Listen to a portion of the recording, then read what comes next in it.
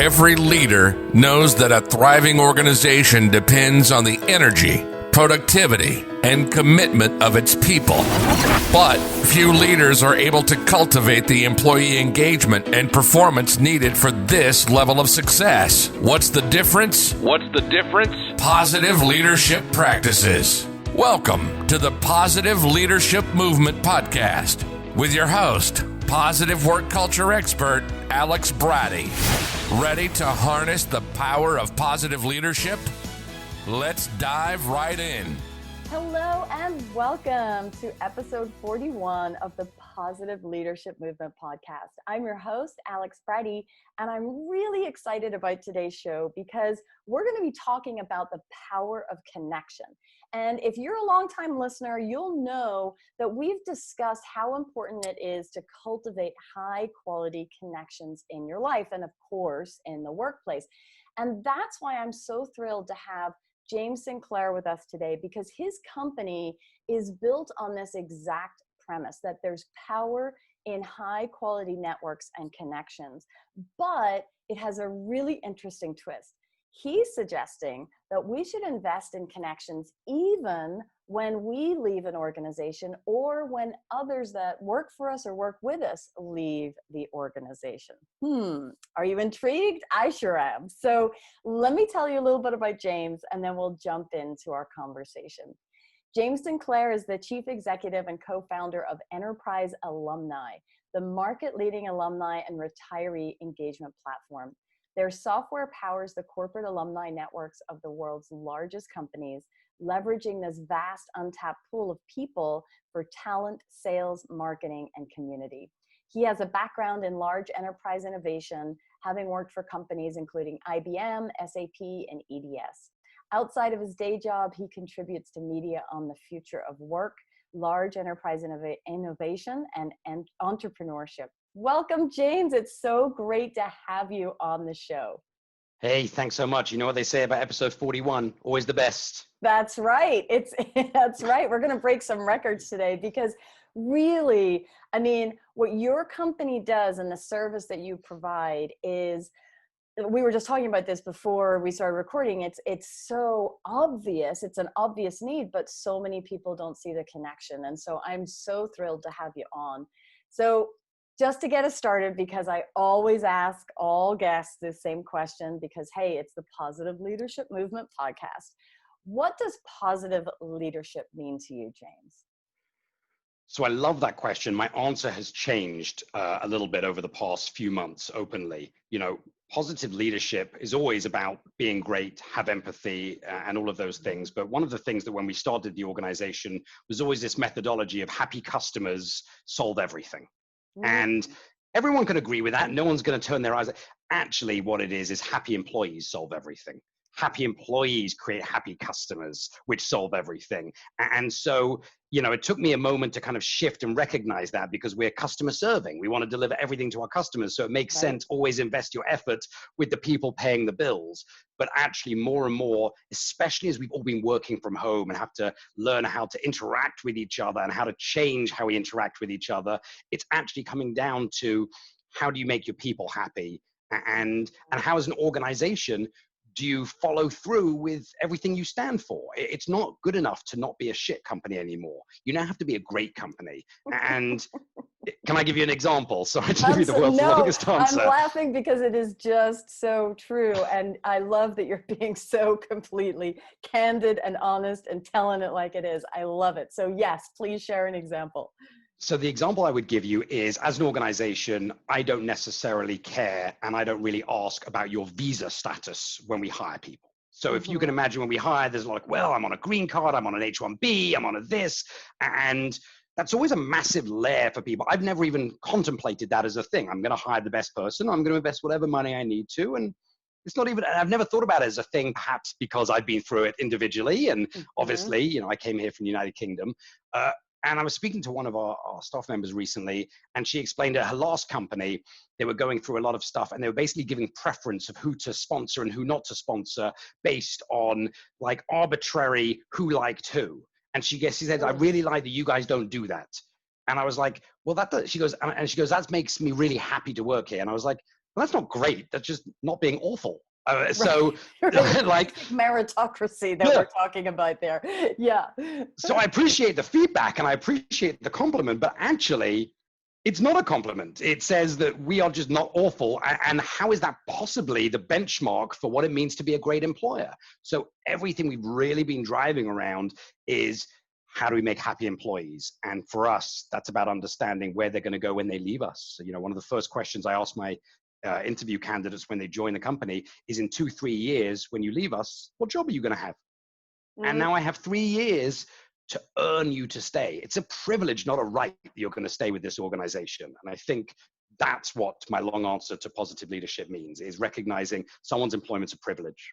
Yeah. And, I love it. And you had multiple things to unpack there. And that whole notion of, having happy employees. I mean, that's really the fundamental crux of why positive leadership and all the positive psychology that gets applied to the workplace, why it works, because like so much research shows that when your people are actually happy and they experience positive emotions at their work, guess what? It actually broadens and builds their capability. Like they become better performers because they're happy. It's not like used to be people think as like success equals happiness. No, it's happiness equals success. It's like backwards.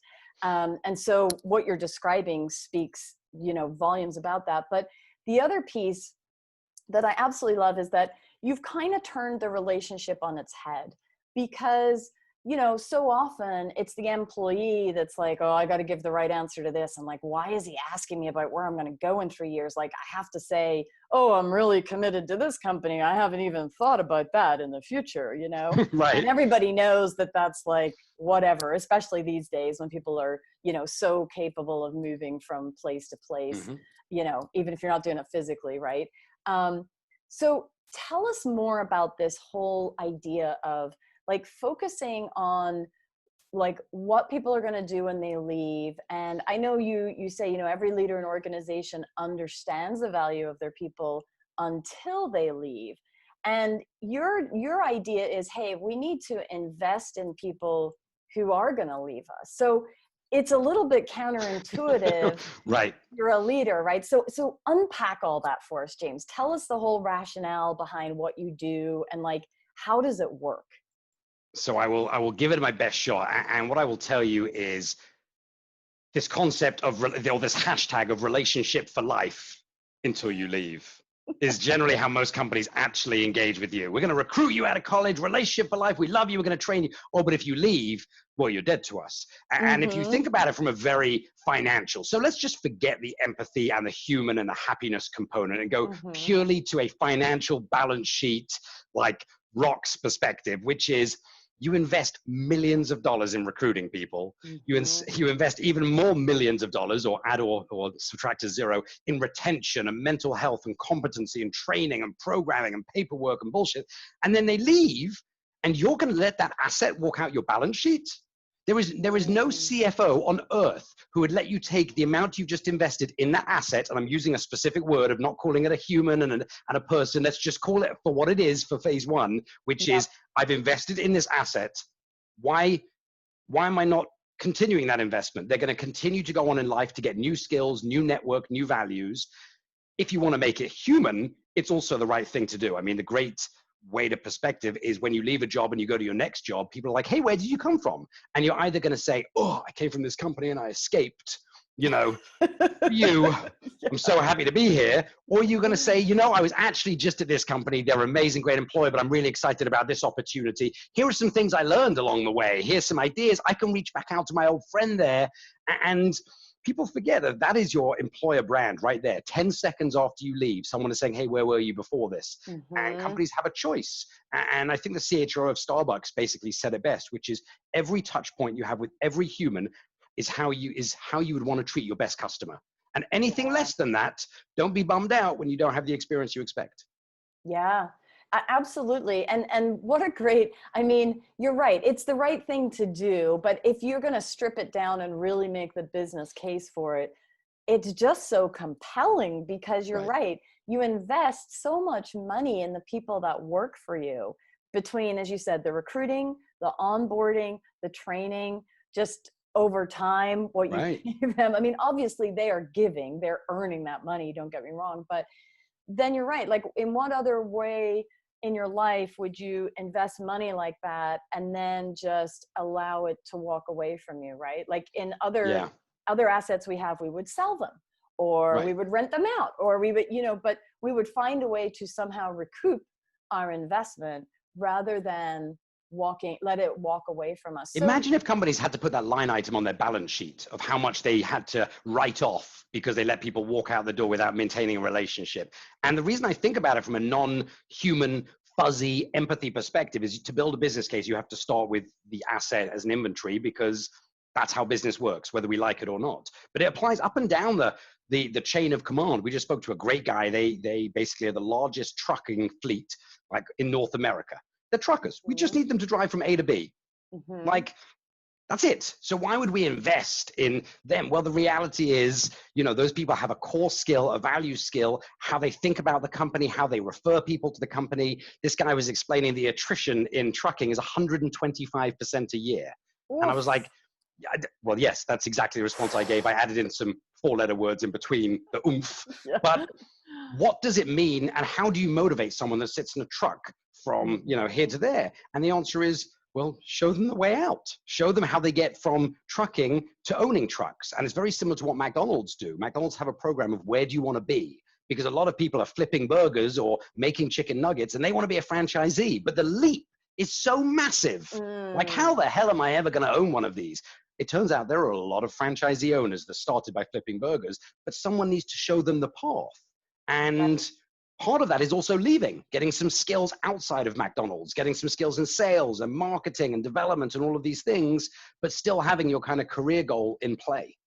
I love it. So, I mean, you really are looking at big picture here, right? So let me play a little devil's advocate with you. Let's say, I'm leading my organization. I, have put a lot of time and effort and money into hiring the people I have, having them work for me. I feel like I've treated them great. And like, I just don't want to watch them walk out the door. But when they do, I kind of do feel like, okay, well, if you're going to go somewhere else, then you go somewhere else. And I take it personally then. So what do you say to me when you're trying to educate me on this? Like, no, you need to see this differently, and you need to invest in that person as they leave. Like, what does that look like if I invest in them as they leave? And how can I rationalize that, both from the balance sheet perspective that you mentioned and the human perspective? Right. So I think there's a lot of answers, and I want to be, feel free to cut me off at any point. I think the first thing is getting rid of this. I heard this conversation. People don't leave companies, they leave bad managers. And yes, I'm sure that's true. I'm sure that most people will leave a company because they're going to go into a position they're not quite qualified for. And the reason they didn't get that job in the company they currently work for is because they're not quite qualified for it. And I don't mean not totally qualified. What I mean is, you go from this position to one level up, and you might not actually be ready for that, and that's why it doesn't exist. But the other reason is that company doesn't have enough openings. Like, as I said, one of the people we hired, when I said in a few years, she said, I want a headcount. There is a good chance I'm not going to be able to deliver on that for her. We're just not a big enough organization with enough roles that have headcount. right. And so if she wants to leave because she wants headcount, that's nothing I can do about that except wish her the best of luck, because again, that's what she wants. So I think when we think about leaving, people leave for a lot of reasons, including shitty managers, but also opportunity, whatever, change. Some people just get bored. And I think specifically now with the mobility of the workforce, that ability to be like, you know what, I'd love to go work over there and see what it's like. I've got a friend over there who loves it. And this concept of I'm going to try it is now acceptable, because you don't have one career for life. So this concept of when they leave and maintaining a relationship, I would tell you in retail or services, because they get promoted to customer. And that's probably the most important. You're promoting your employees to customers, and you cannot afford today to not have a customer brand. And so why would you possibly lose that customer? The second is when you think about the fact that maybe they're going to come back in 2, 3, 10, 12 years. I mean, we have some really good data points that say about 20% of people that leave actually regret leaving. Now, you cannot go back to your manager the next week and be like, hey, my bad, can I come back and work for you? But Right. as long as the company keeps the door open, maybe there is an opportunity to come back. And if you think about any company out there, coming back to a company means it's quicker, it's faster, the cost of recruitment, the cost of onboarding, you know the bullshit, you know the skeletons, you're going to be more productive, and most of all, you stay generally 2 years longer. Like when you choose to return, knowing the skeletons and knowing the politics and knowing all that, you're making a very conscious decision to return, and therefore you believe you can have impact. And so alumni rehires, they say, are the number one source of hire. I think the data that I saw was like Microsoft, 15% of all employees are rehires. EY, it's 17%. Citi, it's 12%. And Citi, they believe there's an average saving of $75,000 when they rehire someone because they are quicker, they're faster, they get to production quicker, they stay longer, they're more impactful. These are real numbers. Again, forgetting any of the it's the right thing to do conversations. Yeah. Yeah. I mean, and it's when you put it like that, it is really compelling. And I mean, gosh, like that's a significant chunk in those big companies, right? 12, 15, 17%. That's a significant number in terms of it's your alumni. And I can actually personally relate to this too. So I used to be a partner in a research firm, and one of the partner, you know, I've since left obviously, but another partner left and he set up his own research firm, and guess who he hired? All alumni from the firm we were at. Why? Because he needed to hit the ground running. He needed people who knew what he does, and he needed to just like be able to service his customers right out of the gate. The thought of actually trying to hire new unknown people, even if they had a depth of experience, was almost too overwhelming for that situation. It was just like, I need people who understand what I do, what this company does, and like how we need to do it quickly as well. Like there really wasn't a whole lot of time to, you know, let me bring in this new person and train. Now, time, of course, cost, like resumes. I mean, you're exactly right. This concept of stranger recruiting. And you see a lot of tools out today to say, well, we can do analysis to work out if you're a good fit. No, you can't. The only way to work out if you're a good fit is to work with you. And I tell people, and I don't love it, that you have to think about the same as dating. And people are like, well, you know, HR and dating. The reality is the first 2 months of dating someone, you have your resume face on, and then, you know, you get comfortable, you fall in love, you do all those things. And then they learn, actually, he's a bit of a slob. He leaves his chocolate wrappers on the nightstand. And it's okay. It's okay. We accept it because we love him. But I don't remember him doing that in the first 60 days of our relationship because he had his resume face on. And it's exactly the same with jobs. The resume only tells you so much. The interview only tells you so much. The cognitive testing only tells you so much. The reality is, I work with you. This one conversation, I know if I could work with you. That's what this conversation, you know. Now, what you don't know is whether I deliver. What you don't know is how I execute. And so that's where this kind of being able to go to my old manager and be like, hey, remember when James used to work for you? Any flags? Well, the flag is he's amazing, or the flag is, he's amazing, but by the way, always put deadlines. He's really good around deadlines. And now you know these kind of things that you wouldn't know otherwise. And I think when companies think about an alumni program, there's no reason not to have this massive access to talent, to diversity. And if I could give one more example, sorry, Alex, I feel like all I've done is talk. No, that's why you're on the show. We want to hear this. It's so enlightening. We have a customer who has thousands of retirees in our platform, and they've always viewed retirees as being two things. Number one, a little bit of a pain, and number two, all retirees say the same thing. This company was built on our shoulders. They don't respect, they don't give us the time of day. I'm the reason. All of it's probably true. Again, we're not discounting or questioning that, but they haven't given the time to retirees because they're out of the workforce. What are they going to do? Well, it turns out there's two big things. They've been reaching out to all the retirees recently and saying, hey, if you retired in the last 4 years, would you come back and work for us? With a very specific statement is, we're not looking for people to fill in Excel spreadsheets or manage projects.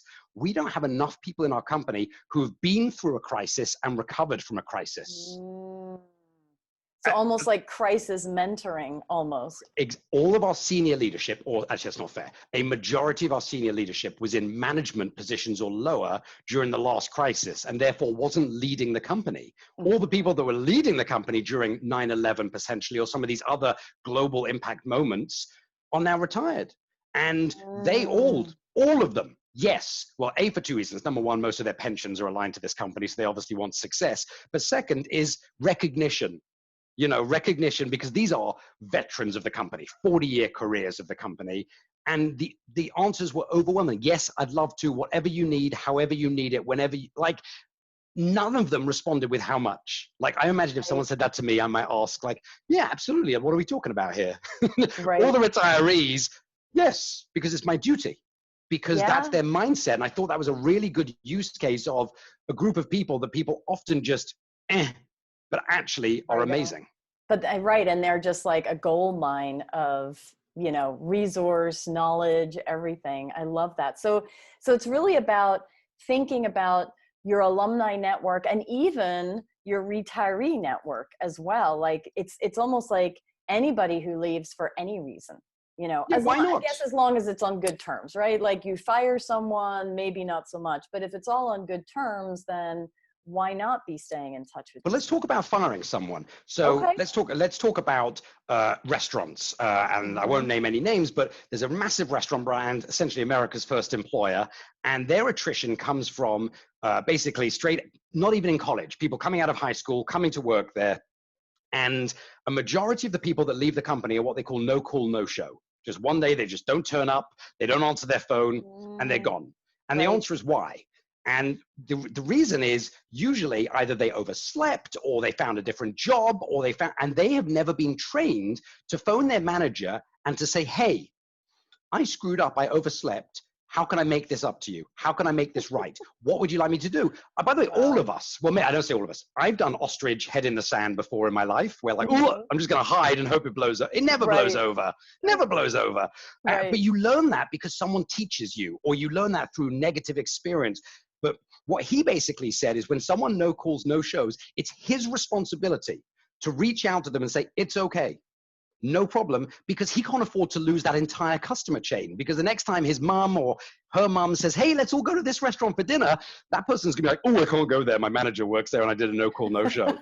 It's like, I can't afford to lose 30 people that might come here for a birthday. But also, I have to teach these people life skills, which is it's okay to stand up and be like, I found a better job. That's acceptable. Just tell us and tell us the impact. And we're going to say, that's amazing. Congratulations. We might be pissed. We might have a tantrum. We might tell you that's so unfair. You got to give 2 weeks notice. But ultimately, he said, where are employees today getting that experience, which is nothing to do with competencies. It's to do with how to deal with business and how to deal with people. And this employer is a CHRO that I would say matches your concept of what is a positive culture. He believes it's his responsibility to teach as the first employer that it's okay. It's okay to phone. That the head in the sand is not a strategy that will serve you well in your life, unfortunately. Right. Communication's a wonderful thing. Amazing thing, right? Tell us about, because obviously, I mean, so many companies these days are going through difficult times. They've had to furlough. They've had to let people go. I mean, the pandemic, it just kind of rolls on. There's ripple effects from it. I mean, there's all kinds of things. Like some businesses might have experienced growth because of it, but a lot of them are faced with the really unpleasant task of telling employees, we just can't do it. I mean, we just literally cannot stay alive as a business and, keep you on right now. So how does in that sort of situation, and so like right now while we're dealing with this, and we will be for a while, it's going to take a while for the economy to really come back properly. How does what you do, play into all of this? I mean, I have to imagine that in that scenario, it's like you really want to keep in touch with your alumni because you're being forced to let them go by an external event. It's not something that you decided or the employee decided. It's like really an act of God happened. Yeah. And so how does what you do play into all of that right now? So number one is, I will tell you, it separates the great companies from the good companies from the not so good companies. This is a real marker in the sand because how you treat people during this process, you cannot hide. You either treat them great because it's in your core values or you don't. And so I think, look, we have seen a massive influx in retail, travel, tourism, who are all firing thousands to tens of thousands of people and need a place to put them, primarily because, exactly as you say, you're not being asked to leave because of performance. We've heard from recruiters who are like, I hired these people and now I'm terminating them. After I spent 6 months, we heard one conversation, a major hotel brand, one of the largest in the US, in the world rather, and she was like, I spent 6 months recruiting this human. Oh. She is incredible for this organization. Mm-hmm. I'm also the one to phone her to tell her that her services are no longer required here. And I now feel an obligation as an organization to make sure that we are providing her with every single resource on earth that we can to make this as pleasant as possible, if that makes sense. Right. Like, how can we make the best of it? And I have a couple of amazing examples. One of our customers, who's in the travel business, they first furloughed thousands of people, then they had to terminate those people, and they put them all into this platform. And they basically said, right, what do these people need? So people earlier in their career, they need resume advice. The second thing was, how can we potentially replace them at companies that are hiring? How can we make sure we're giving good references so they don't have to ask for it? We're giving a letter that tells them, here's your performance, here's everything you need. How can we train them up on new competencies? And I think the example that you and I talked about was, I joined a call that one of our customers did where the CEO did a town hall with all of the alumni that had been terminated. And he came on and basically just gave three things that are important. Number one is, where are we? Because I think people recognize that as you go down the chain, maybe you don't have as much visibility on what's happening, what's our exit strategy, how long is it going to last, what does this look like for us? Because you just don't have that visibility. So number one was a state of the union, kind of, here's where we are, here's what we're thinking, this is what we think recovery looks like, and just essentially gave data that not many of us had. He also sits on the Economic Council, so he had insider data that perhaps other people. The second is he talked to people and said, look, this is awful, but we are now hiring for 10 new skills that didn't even exist, for us 3 months ago. The way that I think he basically said it was, our 2030 transformation is now happening on Tuesday. And therefore, yes. I need people skilled in digital media, digital video editing, things that you can learn. So we're going to open up all of our learning and content management systems to all the people that we've just terminated and tell you, go learn a new skill and come back to us. Come back to us, earn more money, do all of these things. And most importantly, he was like, whatever we can do to help you, we will. And an open channel of conversation. And I think I told you, I was fortunate to listen in, and I was like, that's a leader. That's a positive leader, right? Like, that's a leader I want to work for. Like, if, and very often, I don't know if you've had it, sometimes I come into contact with people, I'm like, wow, I wish I could have worked with him earlier in my career, because this guy's a legend. But you nailed it, and I don't want to take your phrase, which is, this is a guy who has been authentic from day one, which is why he could deliver that honest speech, because everyone bought in. And I apologize for taking that line from you, but you are so right about that, and it was so amazing. So I'll pause there, because I think that's just such a cool example. Yeah, I mean, amen. And hey, take the line. It's so good, because I mean, that's it. It's positive leadership. Like, he demonstrated it so well in that example, but he also just didn't show up that day and do it, right? Like, he has clearly cultivated a positive culture before this happened, because otherwise none of it would mean anything to people. Right. If he had been ruling with like the iron fist and everybody was miserable and whatever, and then he shows up and he's like, rah, rah, rah, we're going to help you, everybody would have been really skeptical and like, what happened to this guy, right? But clearly he's been walking his talk. And so when he showed up, as you said, it was taken authentically. So I love that. So that's where your company steps in and sort of provides this platform where the organization can stay in touch with the employees, and the employees likewise back, and there's learning and things like that on the platform. Like, how does that actual connection happen? So yes, you nailed it. Thank you. I'm just going to let you do my sales pitches from now on. So that was easy. But yes, essentially, you leave the company, you have to put people somewhere. You can't use the current HR system because there's data retention, data rights, different profiles, different data. So they come into Enterprise Alumni, which is our company, and the company will offer a variety of things, whether it's learning or training or jobs or opportunities, to essentially say, hey, we're here if you need us. This is not come in every week and post photos of your vacation. This is, maybe you need access to your payslip. Such a simple thing. I need access to a payslip. I need employment verification because I'm buying a house. Normally, companies will have like an email address with like a black hole. All of this automated directly in our system. And you got to realize that people need different things. People early in their career need a mentor, maybe need a discount, maybe need some learning. people more senior, maybe want to be an advisor to a startup or want to be a mentor or want to do other things. So critically about our platform is doing a really unique experience for people who are in different stages of their life cycle, whatever that might mean, and making sure the company is basically saying, we're here. Whatever that might mean, we're here.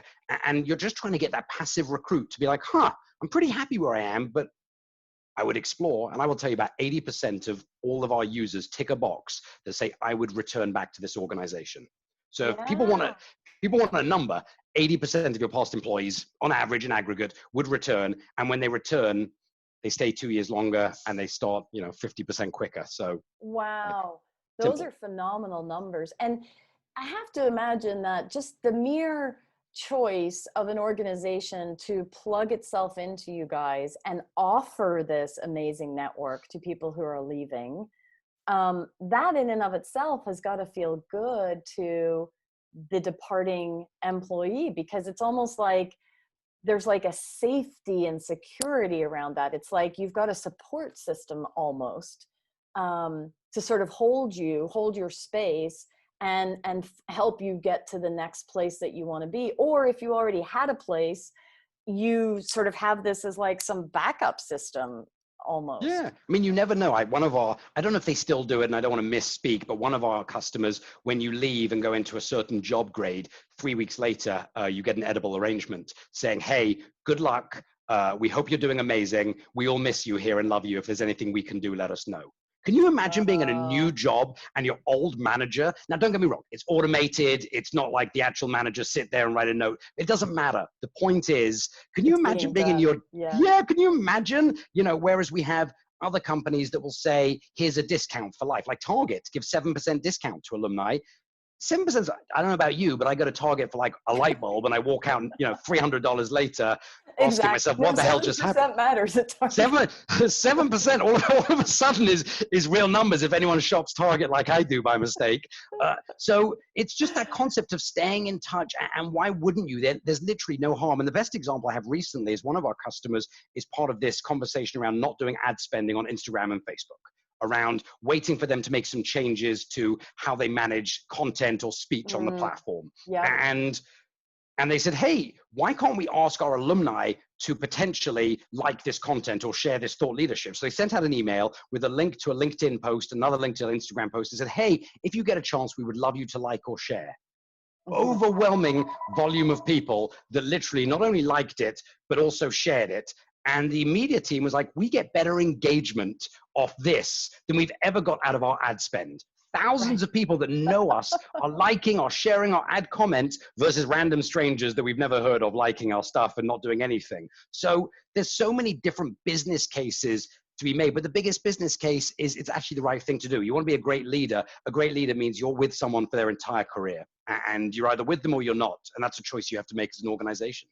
I love that. And I mean, you've said that a few times, and it's like one of the core elements to being a positive leader is being virtuous, doing the right thing because it's the right thing to do. And we've talked about that a lot on this show, especially since COVID-19 kind of hit us hard, and all these companies were dealing with it. I mean, as you said, it really has kind of, the rubber met the road, right? In terms of figuring out like who really has been a positive leader and a great company to work with and who has not, and who's getting it right these days. So this is a fabulous conversation. I could like talk to you all day, but I'm going to give you one last question.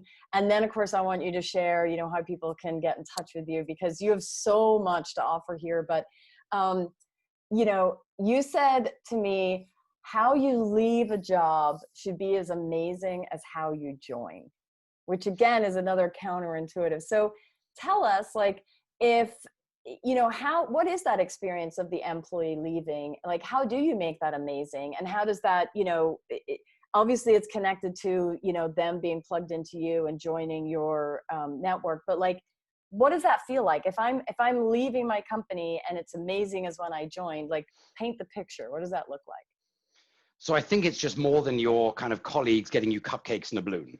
I think, Good. I think that's where it started. Don't get me wrong, I'm all for cupcakes. I don't want to remove that concept. I'm a massive fan of those. But it's just organizationally saying, how do we keep the door open? That we wish you luck. And I think the way that I love is one of our customers said, the reason you're getting your next job is because of us, not in spite of us. Why can't we take credit? Hey, Alex is going to this next role, which is more senior at this amazing organization because of the amazing company we are. And obviously, mind blown a little bit, but the customer, she was exactly right. That's absolutely true. That's what it means, is why can't it be positive? Congratulations, good luck, go do amazing, go change the world, go do whatever it is you want. We are always going to be here to support you because you're always going to be an advocate, a brand leader, a referral source, whether we like it or not. The question is whether you're going to be a positive referral source or a negative one. You're there. We can't control whether or not, when people say, where did you work? I mean, you did it in my intro. I've worked at IBM, I've worked at EDS. I can't get rid of it. The question is, am I going to smile when I say the words, or am I going to say I escaped? And I think companies no longer have a choice. You have a more mobile workforce that is going to stay in their jobs, based on high performing teams, 2-3 years and then move. And you've just got to accept it's coming, and it's already arrived. Actually, it's not coming. So that's what I mean by leaving as good as you join, is why wouldn't you? Yeah, I absolutely love it. I mean, it's just, you've really kind of opened up a whole different way of looking at that part of the process of being a leader, right? Like, people are going to leave for whatever reason. And as a leader, you have to determine how you're going to deal with that. And that, thinking about it in terms of, hey, these employees that are your employees right now, they're going to leave and they're going to have things to say about the company. And they might even become your customers. And that really does matter. I mean, I'll give a personal example. I mean, when myself and a couple other partners left the firm that we were at, each of us had a different outlook on how we talked about that company after we left, because of how our exits were handled. And those exits were handled differently based on how the company decided to view each of us, right? So one partner who went and set up another research shop, like in direct competition, but not really, because, hey, it ain't just one piece of pizza, right? Like, we can grow the pie, but that's how the company looked at it, was, oh, you're going out in direct competition to us. So guess what? You've been here for 17 years, but you now, as of this day, you're dead to us. And we're going to chase every single client and try to get him. How many clients did they get from him? None. Why? Because it never was direct competition, and those people were always working with him, not the company, right? Now, I still do research, but I didn't go out and set up another organization that what they thought did exactly what they did. I kind of moved and shifted what I was doing. So what happened? Loves and kisses. We've been in great contact ever since. I consult for them sometimes. It was handled completely different because of the way they chose to view it. And then we talk about that company that we left in very different ways because of our very different experiences. So I have firsthand experience with some of the things that you're describing here today. Yeah. And it's crazy. And it doesn't take much. I think when people think about, invest in an alumni platform, it's not that much. It just takes moving your view 1 degree. And I think when people think about exits, it's, why are they leaving? It's terrible. No, amazing. He or she's going off to do their own thing because you've empowered them to. Now, if you want to ask that person where they saw the white space, that might be an interesting question. Hey, what made you think that actually there was a space for you in the market? And can we support that? Like, I've seen companies that when you leave, that company's your first investor. Like, I've got a friend of mine who left Salesforce, part of the incubator, and the company he set up is a little bit in competition with Salesforce. And Salesforce said, okay, no problem. Like, amazing. Cool beans, here's some cash. Like, I can't think of anything more amazing. Now, don't get me wrong. That's not the everyday story, but there's no reason for it to be a negative. It all comes round eventually. And I think people that have been in the workforce for long enough know that whether you want to call it karma or reality, doesn't matter. It all comes round eventually. It does. It does. Oh, James, thank you so much for being on the show today. I mean, you have shared, like, eye-opening, mind-boggling, like just making us think in new and just broader ways, like really opening our minds to thinking about this whole exit process in a different way. So I know that our listeners are going to want more of you and want to know more about what you do. So how can they get in touch with you? You know, tell us how they can connect with you further. Can I do a plug, Alex? Is that allowed? Yes, absolutely. Of course. I ask your permission because it's important. But so the first plug is, I know not everyone is going to go from this conversation to buying a platform and to buying from us. The biggest thing is I'm on all the internets. You can reach out, you can contact me. I'll have this conversation with as many people who want to have it, who want to have an authentic conversation about how they treat or think about their levers. I know everyone's going to be different. So James Sinclair, all over the internet. I pretty much respond to most of them. The second is my company, Enterprise Alumni, enterprisealumni.com. We would love to show you what we're doing for some other customers. But most important, I'm just excited to have the conversation, and hopefully, you know, one of your listeners, this has just piqued enough of their interest to be like, maybe there's something we could be doing different or better. And, you know, one company at a time. Yeah, I love it. Oh, and I love the plug. It's fantastic because what you're doing is providing so much value. So I don't even consider that a plug. It's like you're doing people a service by sharing that.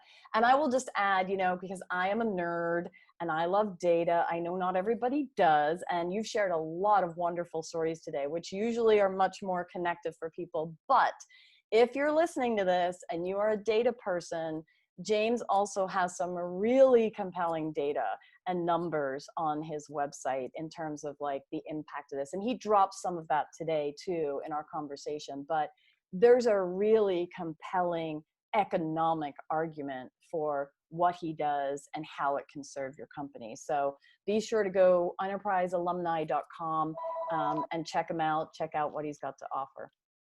All right. Okay, well, that's it for this week.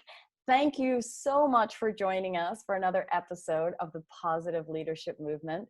If you have positive leadership stories you want to share, or if you have questions on this week's topic, write to me at questions@positiveleadershipmovement.com. And that includes me connecting you with James in case you listen to this and forget the website and everything. Send me the email. I will connect you. I always love to hear from you for whatever reason.